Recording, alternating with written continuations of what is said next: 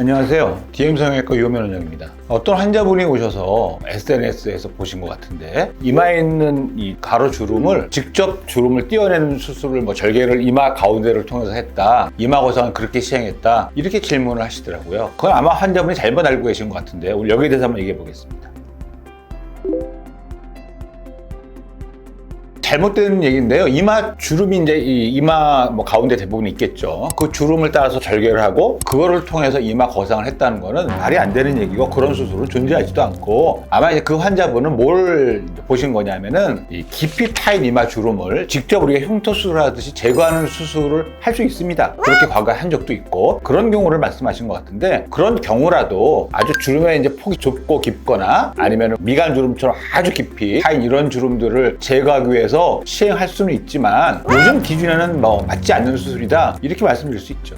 이거를 시행한 병원에서는 이마 거상, 눈썹 거상을 시행했다고 말씀하신 것 같은데 만약에 이제 이마 주름을 따라서 절개를 가하고 눈썹 거상을 시행했다 그러면 말이 안 되는 얘기고 있을 수 없는 얘기죠. 성형외과 의사라고 할 수가 없고 성형외과라는 학문은 기본이 뭐냐면은 환자한테 우리가 가장 자연적인 모습을 이제 최종적으로 선사하는 게 목적인데 아무데나 우리가 학문적으로 해부학적으로 허용되지 않는 그런 부위에 절개를 가하고 수술할 수 있다 그러면 성형외과라는 학문이 왜 필요하겠습니까? 아무데나 째고 뼈도 잘라내고 코도 그냥 가운데를 째고 뭐든지 수술할 수 있겠죠. 그런 거는 의사라고 할 수 없고 학문이라고 할 수 없고 제 생각에는 그쪽 병원에서 좀 과장되게 표현했지만 이마 이제 가운데 깊이 파인 주름을 수술적으로 제거하면서 약간의 눈썹 거상을 했다 이런 정도의 표현이 아닐까 추측합니다. 만약에 그런 경우에 우리가 이제 깊은 층을 다 절개해내고 이마 거상을 시행했다 그러면은 내시경 이마 거상을 할 때 가장 중요한 목표가 뭐냐면은 이 눈썹 위에서 올라가는 굵은 신경, 이 감각신경 두 개를 보존하는 게 주 목적이에요. 그러면은 이마 가운데를 깊이 절개했다 그러면 그 굵은 신경을 다 자른다는 얘기인데 말이 안 되는 얘기고 그런 수술은 시행해서도 안 되고 있을 수도 없는 수술이죠.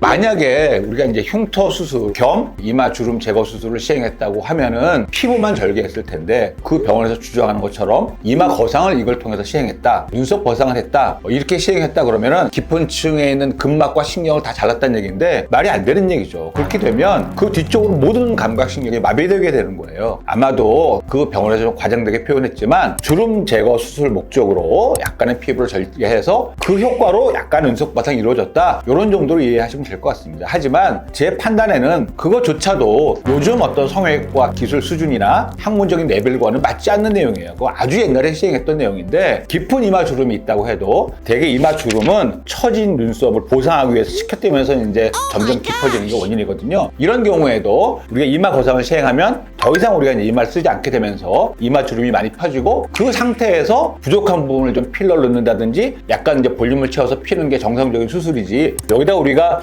영국이 남을 수밖에 없는 그런 긴 흉터를 만들면서 그런 수술한다는 거는 요즘 기준에는 전혀 맞지 않는 수준의 수술이다 이렇게 결론 짓겠습니다.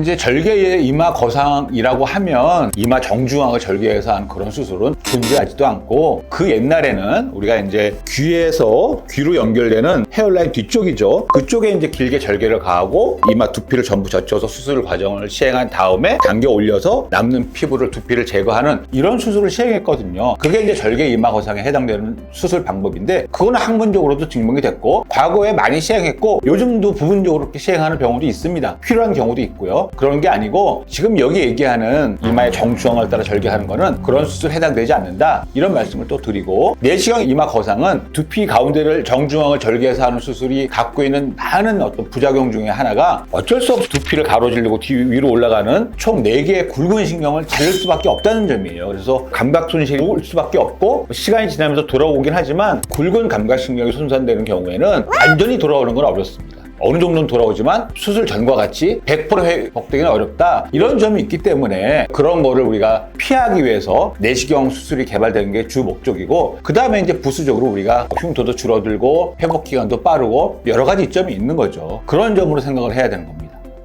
이마 거상 수술에 대해서 오늘 말씀드렸는데 처음 말씀드렸던 뭐 이마 정중앙을 절개하는 그런 이마 거상은 존재하지 않으니까 뭐 그런 어떤 뭐 자극적인 내용에 현혹되지 마시고 내시경 이마 거상을 하든 아니면 절개 이마 거상을 하든 어떤 방법이 자기한테 좋은지 받아들일 수 있는 결과를 우리가 얻을 수 있는지 이런 점을 잘 참고하셔서 원장님과 상의해서 올바른 방법을 선택하길 바랍니다. 오늘 말씀드린 내용이 뭐 이마 거상을 고민하시는 분들이 이제 수술을 결정하시는데 조금이나마 도움이 됐으면 좋겠습니다. 이상 DM 성형외과 원장 유원민이었습니다. 감사합니다.